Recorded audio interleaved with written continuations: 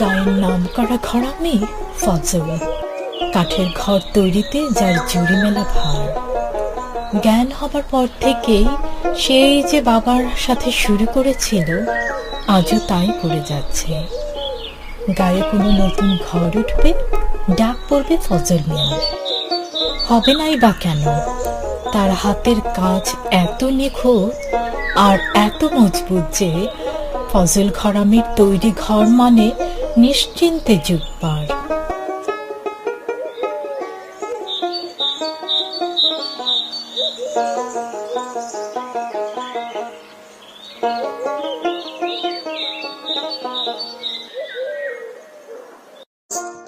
এটি জোদ্দার চৌধুরী সাহেবের বাড়ি।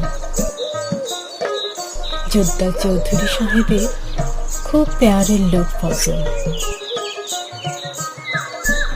তার সব ঘরই ফজলের তৈরি।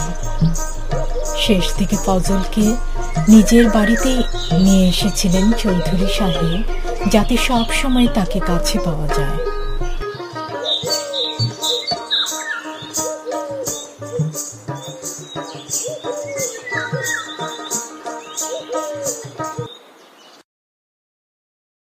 মারা যাওয়ার সময় ছোট চৌধুরীর কাছে সব বুঝিয়ে দেওয়ার সাথে সাথে ফজলের জন্য কি করতে হবে তাও বলে গিয়েছিলেন জোদ্দার চৌধুরী সাহেব।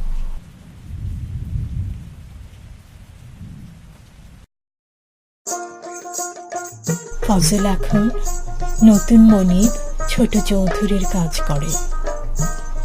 এভাবে কেটে গেল আরো কয়েক বছর।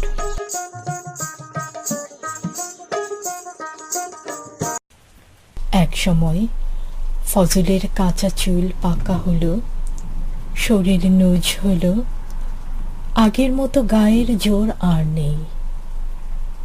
টের পাচ্ছে সে তাও। সিদ্ধান্ত নিল ঘরামের কাজ আর করবে না সে। অনেক হয়েছে, এবার ক্ষান্ত দেয়া দরকার।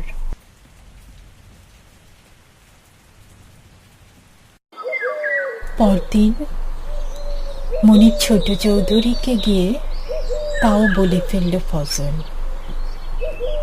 বাবার আমলের কাজ পাগল এই মানুষটিকে ছোট চৌধুরীও খুব সমীহ করতেন, চাচা বলে ডাকতেন। গলার স্বর উঁচু করে কখনো কথা বলেননি। ছোট মনিব বললেন, ঠিক আছে চাচা, আপনি যখন আর কাজ করতে চাইছেন না, আমি আপনাকে জোর করব না। তবে একটা অনুরোধ, এই আপনাকে রাখতেই হবে চাচা। কি অনুরোধ বলো বাবা?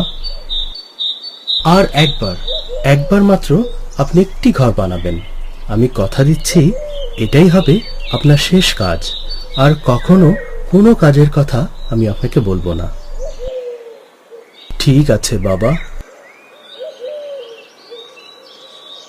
ছোট চৌধুরী ফজলকে জায়গা দেখিয়ে দিলেন। চৌধুরী বাড়িরই এক প্রান্তে বেশ অনেকটা খালি পড়েছিল, সেখানে একটা ঘর তুলতে হবে। এদিকে ফজল ভেবে পাচ্ছে না, এত বড় বসত ভিটা থাকতে ছোট চৌধুরী কেন এই পতিত জমিতে আবার একটা ঘর করতে চাইছে। বড় লোকদের খেয়াল কখন যে কি হয় বোঝা মুশকিল। যাই হোক, তার কি, তাকে ঘর বানাতে বলেছে, বানিয়ে দিলেই হলো একটা।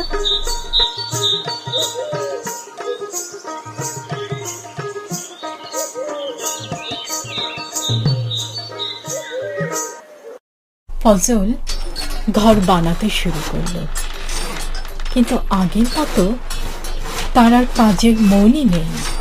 ছোট চৌধুরী বলেছিলেন রসদপত্র যা যেভাবে লাগে জোগাড় করে নিতে, কিন্তু ফজল তাতে কোনো গায়ে পড়ল না।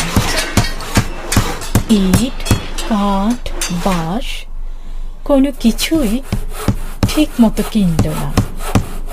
মিস্ত্রিদের কাজ তদারকি করল না।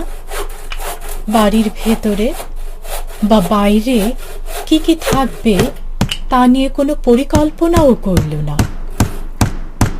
এমনকি অনেকটা জায়গা নিয়ে করার সুযোগ থাকলেও শেষমেশ দায় সারা গোছের কোন রকম একটা ঘর বানিয়েই ছেড়ে দিল।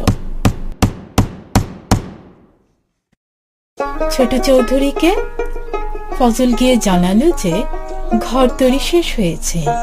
ছোট চৌধুরী খুব খুশি হয়ে জানালো যে কাল সে এটি দেখতে আসবে।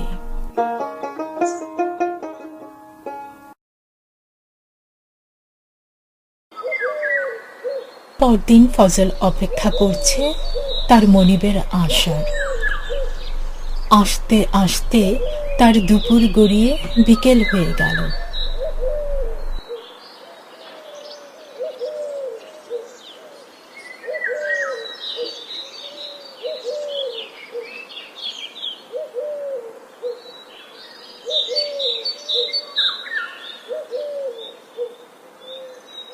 আর বলবেন না চাচা, কাগজপত্রের ঝামেলায় এতক্ষণ লেগে গেল। যাই হোক, এই নিন জমির দলিল। এই ব্যাগের মধ্যে দলিলটি রয়েছে। আজ থেকে এই ঘর আর এই জমির মালিক আপনি। মারা যাবার সময় বাবা আমাকে এই নির্দেশই দিয়ে গিয়েছিলেন।